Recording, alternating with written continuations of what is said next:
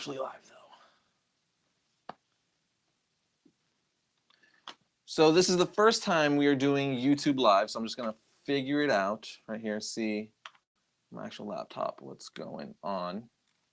All right, it's not coming up on my computer, but can you guys see me?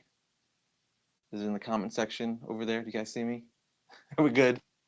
Someone comment and let us know if you could see me, and then I'll continue talking because I don't think talking. Yes, see, I'm getting the nod that yes, you guys can hear me. All right, so as you guys know,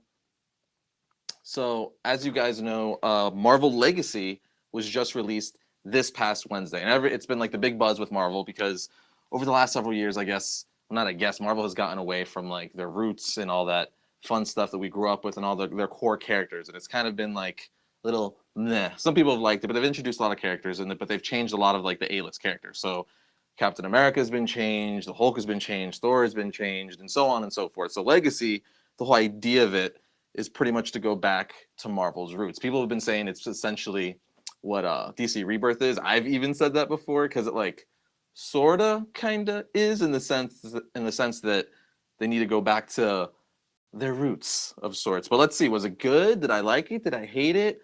Well, I actually liked it. It was actually a little different than what I was expecting. I was expecting it to be kind of exactly more like Rebirth, where they were basically going to apologize for all like the deviating they've been doing over the last several years with the Marvel Universe. And even though it's like that, it's kind of not. They basically, again, it's being narrated through the whole issue about legacy. This is like what we need to go back to. This is like our roots and stuff like that.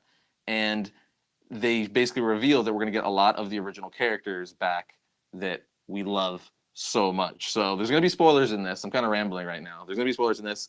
I got it here on my iPad because I haven't been able to go to the comic book shop yet. So I have it all digital right here. But I'm going to go flip through this and talk about some of my favorite moments in the comic. So the comic, basically, again, spoilers galore. So if you haven't read it and you don't want it to be spoiled, this is your warning. This is your warning, guys. So I'm getting into it right now. So the comic basically starts off with Avengers BC. It basically brings us back to, as the comic says, 1 million years ago. And we see Odin with Mjolnir trying to control it. And the rest of like vintage, basically, Avengers. We got like the original OG Black Panther, like the Phoenix, like itself, like a bunch of crazy stuff. Like what else is in here? There's a version of the Hulk that's in here that's like OG, kind of a different school. A Hulk's called Starbrand. Anyway, we learned that they were going through some crap back then, essentially, and then we are jumped to the present where we see all the new characters that basically Marvel now and Marvel's introduced over the years. Like we got Sam Wilson, Captain America. We got the Lady Thor and all that stuff. We see them kind of interacting with each other and talking about how how they wrote the dialogues, like their time is coming to an end, and you can kind of see it like setting up like, oh, okay, we were here, we did our thing, but the whole comic is very much like, oh, this is kind of going to be the end of this because we're going to go back to other things. Because in the comic we see, Steve Rogers is back. Spoiler alert! Told you guys there's going to be spoiler.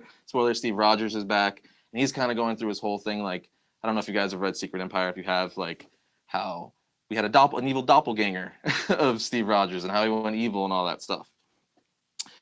So now that the real Cap is back, he's kind of dealing with like, how people perceive him now because of that, and how he's going to get back to being the good old red, white, and blue hero that he was. We have Ghost Rider, the new Ghost Rider in here, plays a huge part. He's getting some powers of the OG Johnny Blaze Ghost Rider that he didn't have before, which is really cool. So again, going back to legacy, to the stuff we want.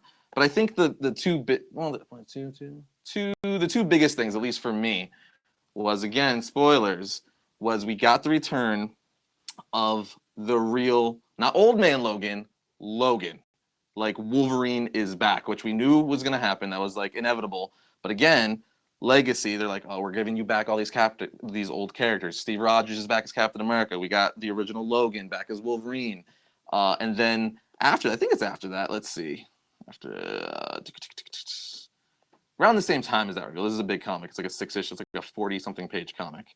Anyway, we get the reveal. Oh, here it goes. We get the reveal of Johnny Storm and the Thing shooting up a Fantastic Four symbol. Now, if you guys have known, Fantastic Four has been kind of absent in comics the last several years. So we're getting the Fantastic Four back, which is pretty. That and Wolverine is like the two biggest reveals, at least for me, in the comic.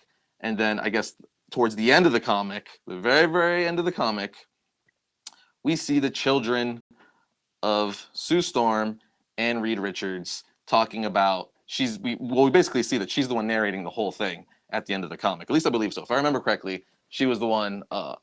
If I'm wrong, I'm sorry, but I think she was the one narrating the whole comic. So that's pretty much the whole thing. Basically, again, like it's kind of I feel like I'm kind of review. I'm not getting into much detail, but the whole comic is basically it feels like it's setting up a story as like this goes on, where Rebirth kind of is like felt more like this is a lot of little things that's going on in our whole universe, comics individually, to see what's going to happen overall. Where this is doing that, but it felt more self-contained in a sense. Like it definitely hinted to a lot of stuff like this is going to change. You know, we got Wolverine back, so I'm sure he's going to appear in Wolverine book and all that stuff. But this is basically just saying we're getting all these characters back.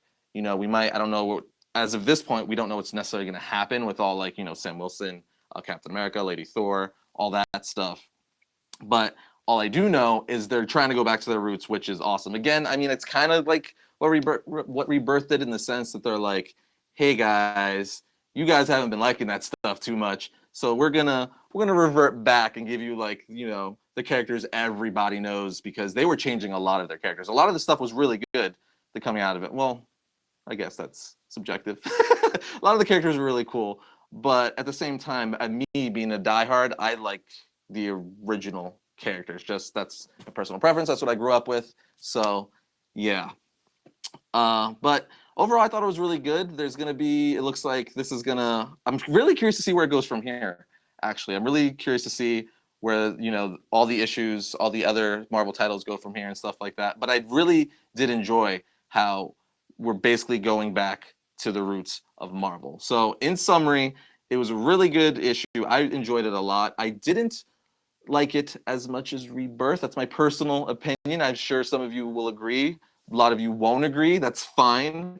But I think they're heading in the right direction. And if we get the good stories and like the core characters that we all grew up and loved and made us love these characters in the first place, I think we're going to have some good stuff coming down the pipeline. But that's my thoughts, guys. You were looking at comments. I guess.